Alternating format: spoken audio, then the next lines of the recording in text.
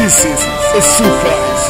Agora Abbas Hashemi with Nima Zeus and Baghdad King.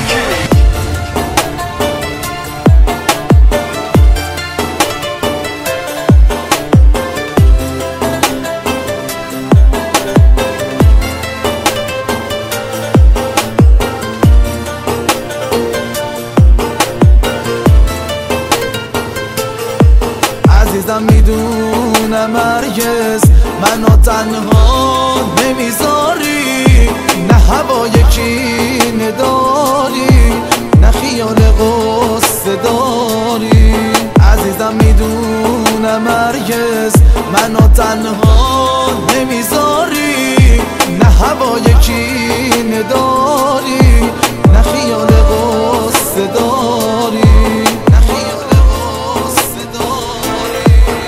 عزیزم میدونم تو منو هیچ وقت تنهام نمیذاری، آخه تو واسه من همیشه پر از عشق و پر و بالمی. تویی تو نفسم، تویی همه امید و آرزوهای من. تویی تو، تویی تو، تویی تو. عزیزم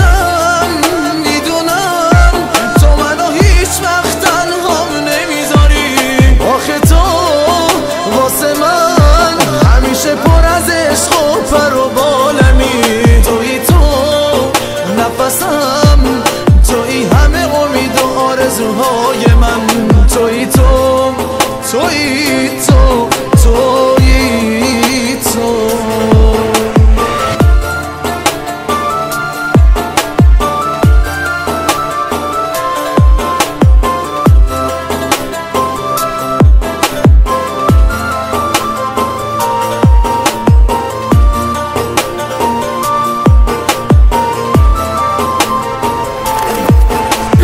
تنهایی واسه من یه حس بدیه، عشقم قابل مقایسه نی با عشق بقیه. اما تو منو مثل یه آشغال گذاشتیم کنار، هیچ وقت نخواستی بفهمی دلم چی میخواد. خودتو جای من بذار، من هیچکی ندارم جز عشق تو. عزیزم من هیچی ندارم، مشکلات زندگی تو خرخره بامه. هرچی مرهم گذاشتی باز شده تازه. آخه میتونی ببینی پیش هر ناکسی خوشم، یه باش آمد گرفتن ازم خواسته که کورشم. آخه منم آدمم، ای خدا حق دارم، بگو چقدر حرفامو تو سینه نگه دارم. عزیزم میدونم تو منو هیچ وقت تنهام نمیذاری، آخه تو واسه من همیشه پر از عشق و پر و بالمی. تویی تو نفسم، تویی همه امید و آرزوهای من. تویی تو، تویی تو، تویی تو. عزیزم میدونم تو منو هیچ وقت تنهام نمیذاری، آخه تو واسه من همیشه پر از عشق و پر و بالمی. تویی تو نفسم، تویی همه امید و آرزوهای من. تویی تو، تویی تو، تویی تو.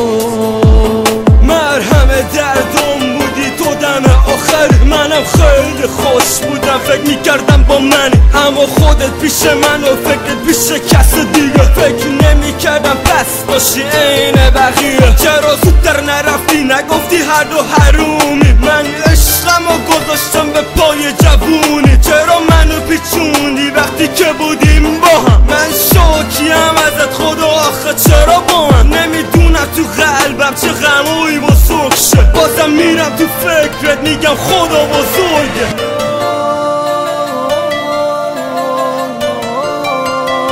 عزیزم توی مدتی که با هم بودیم خیلی به دادت گرم، حالا که رفتی اصلا نمیتونم فراموشت کنم.